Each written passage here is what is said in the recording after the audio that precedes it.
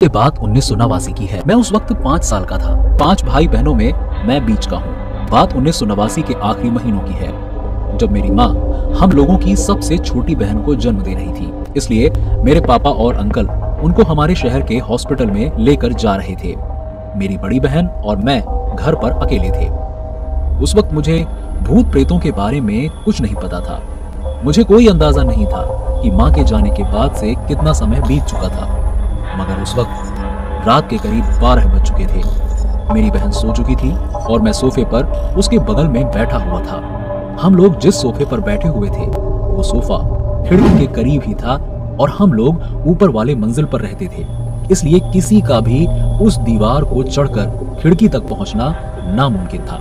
तभी मुझे बाहर खिड़की पर किसी के हाथ पीटने की आवाज आई। वो किसी बच्चे का हाथ था और खिड़की पर उसके हाथ की कलाई के ऊपर का भाग ही दिख रहा था। शायद मैं बच्चा था, इसलिए मुझे पता नहीं था कि मैं क्या करूं। मुझे ये भी नहीं पता था कि डर क्या चीज होती है। मैं सिर्फ उस हाथ को देखता गया और उसी वक्त मुझे लगा वो हाथ मेरे माँ के होने वाले बच्चे का होगा। मुझे ठीक से याद नहीं कि उसके बाद क्या हुआ। बस मुझे इतना जरूर पता है कि मेरे माता पिता अगली सुबह अस्पताल से वापस आ गए और उनकी गोद में मेरी छोटी बहन थी। जब मैं 25 साल का हो गया तब मैंने माँ को इस बात के बारे में बताया और आज भी जब मैं उस रात के बारे में सोचता हूँ मेरे रोंगटे खड़े हो जाते हैं। मुझे आश्चर्य होता है कि मुझे डर क्यों नहीं लगा।